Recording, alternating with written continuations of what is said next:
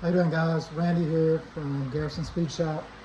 You seen by clicking on the video, you already know we're going to go over Evil Energy catch can or basically any universal type of catch can for the ATS 2.0 turbo setup. This is how I did mine. Sorry, I apologize for the fan, but it's like 8 million degrees here in the state of Mississippi right now. So it's kind of where we're at. But there's a lot of videos on the internet about how to do the universal catch cans. Problem is, it's like LS America right now, right? Everybody's doing LS swaps and working on LS engines. You know, I have one myself. Everything is tuned to that. So if you have an LS engine and you're looking at how to put a universal catch can on, literally click on any other video, it'll probably be good. But this is specifically for the Cadillac 2.0 turbo, probably will apply to the Camaro version of this engine as well. I did the Evil Energy catch can. Some of the stuff it comes with, it does come with a little filter to go on top of it, or you can not use that. I had a clearance issue and this does absolutely nothing, so I did not use that. I chose to, as you can see here, get it up like that with the block off bolts and the top. It does come with a little dipstick, which is nice. You know, you can check what kind of oil you're getting in the catch can without having to remove the cylinder itself and check it every time. Comes with some extra seals, right? Like I said, there's a million videos on how to set up the Evil Energy catch can. This is about putting it on our engines for the Cadillac ATS. This is my son's 2017 Cadillac ATS 2.0 liter turbo. I got this for him. He started off with a V6 Challenger.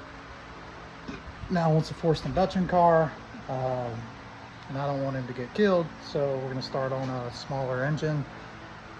My purpose for this catch can, right, is these engines are notorious, a lot more the 2013, 2014-ish models for the ATS. But the pistons for these things, it has a forged crank, good crank. The rest of the bottom end is pretty good. The rods are actually not bad also. But the actual pistons themselves on these cars, guys, they're made out of like Play-Doh, basically. They're compressed, some type of powderized compressed metal.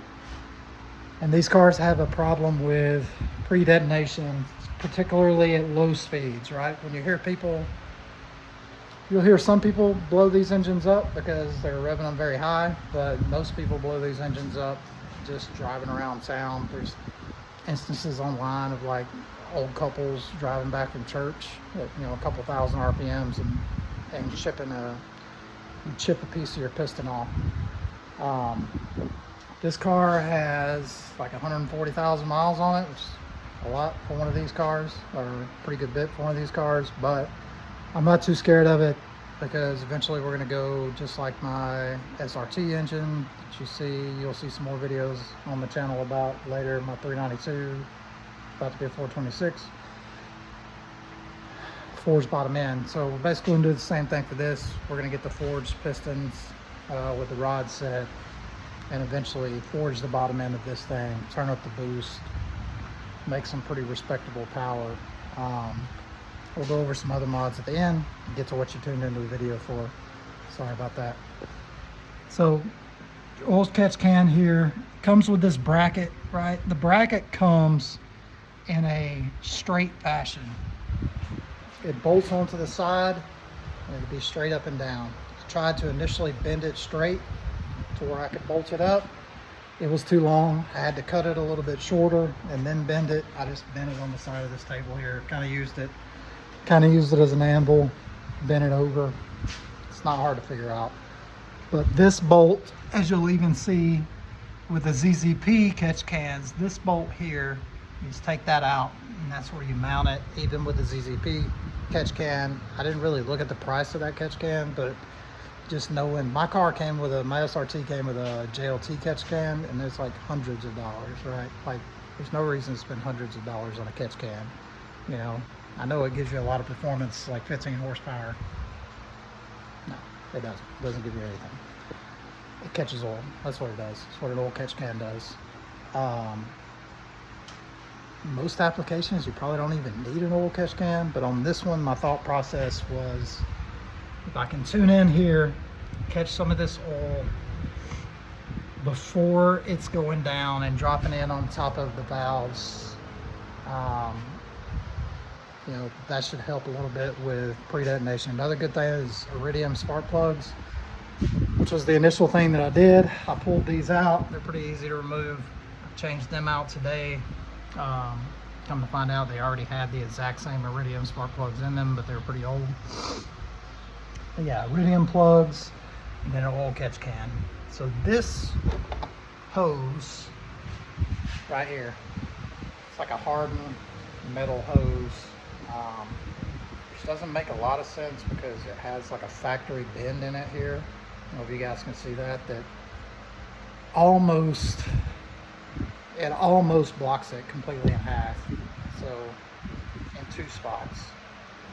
But it's just a hard plastic hose. It's kind of a 3/8 diameter with it widened for 5/8 fittings. What I did, I had some 3/8 hose here at the house. I still got to put a clamp on that one, but I took some 3/8 hose. This comes on the car. We all have these on our engines. You can just take this off, reattach it to this hose when you do it. This is 3/8 hose. I just took it, and to make it fit over the larger diameter fitting, I took a drill. I did it a million times with hoses to kind of widen them out, drilled it out.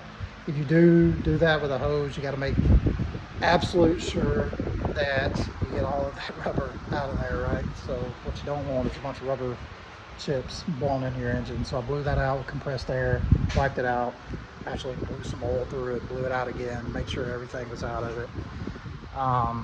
But yeah, I widened it out, stuck it on this fitting here. This hose is very hard to get off of here, guys.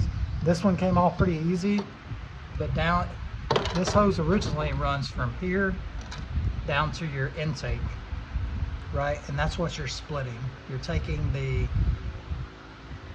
oil from going into your intake and dump back into the engine, or out of the engine. Either way, you're trying to pull all of that oil from the main line coming from the head and defer that. So your clean line, which is your in, it's going to come off of this T-fitting here, come around, rack it down, cut your hose right length. Once you got your catch cam mounted, mount it right here on the end, and then you're out. I used a bigger diameter plug, simply just because I was out of 3/8 line and I had some 5/8, so I put a 5/8 diameter fitting on there. Took some 5/8 hose that probably came off of some 60s muscle car I got around here, ran that down, attached it here. That's pretty much it. Tools you'll need, all of the bolts are 10mm. Some are harder to get to, so you may need a wrench and a ratchet, or you can do it all with a wrench, just take more time. Flathead, Phillips head for your couplers, and this to kind of bend your bracket around once you get it in there. That's kind of hard to get to if you want to get it up at a good angle. I think it turned out looking pretty nice. Hopefully you guys can see that. Yeah, I mean, it's a catch can, guys. It's going to catch the oil.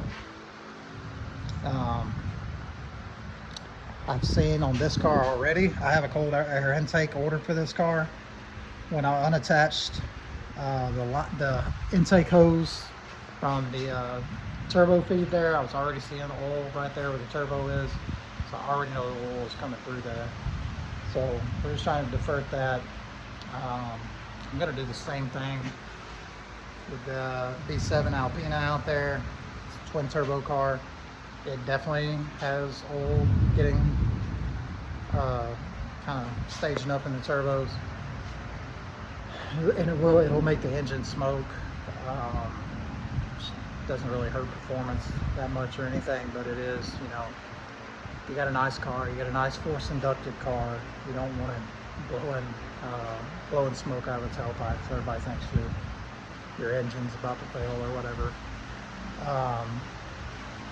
I'm going to do an overview video of this car, be posted on the channel shortly after this, of what I did so far and what I plan to do to this car. Like I said, it's going to end up being forged with the ZZP tune. That's something you should use ZZP for, because they're like the specialists on these cars. But catch can, guys, this catch can was $35. It's going to work fine. Looks the part, looks great in the car. 35 bucks, Evil Energy catch can. I don't know how many of you guys live in Mississippi, especially here around Vicksburg where I'm stationed, but it rains like every single day. We're about to be trapped in the movie Twister. It's going to get really hard to hear me, so I'll get off here. But if you have any questions about why I did this the way I did it, where I got the catch can, anything like that, any questions all about the car, comment below. I'll get back with you guys. If you're into this kind of content, this is my son's car. We're going to be building it up, putting a lot of money into it. We're also going to be working the Alpina and then getting the engine back in my SRT Challenger 66 Galaxy. Got a lot of cool cars we're working on here. So if you're into that, subscribe, follow along. Doesn't cost anything. Helps me out getting started here. Gotta have something to do when I retire from this stuff. So appreciate it, guys. Till next time. God bless.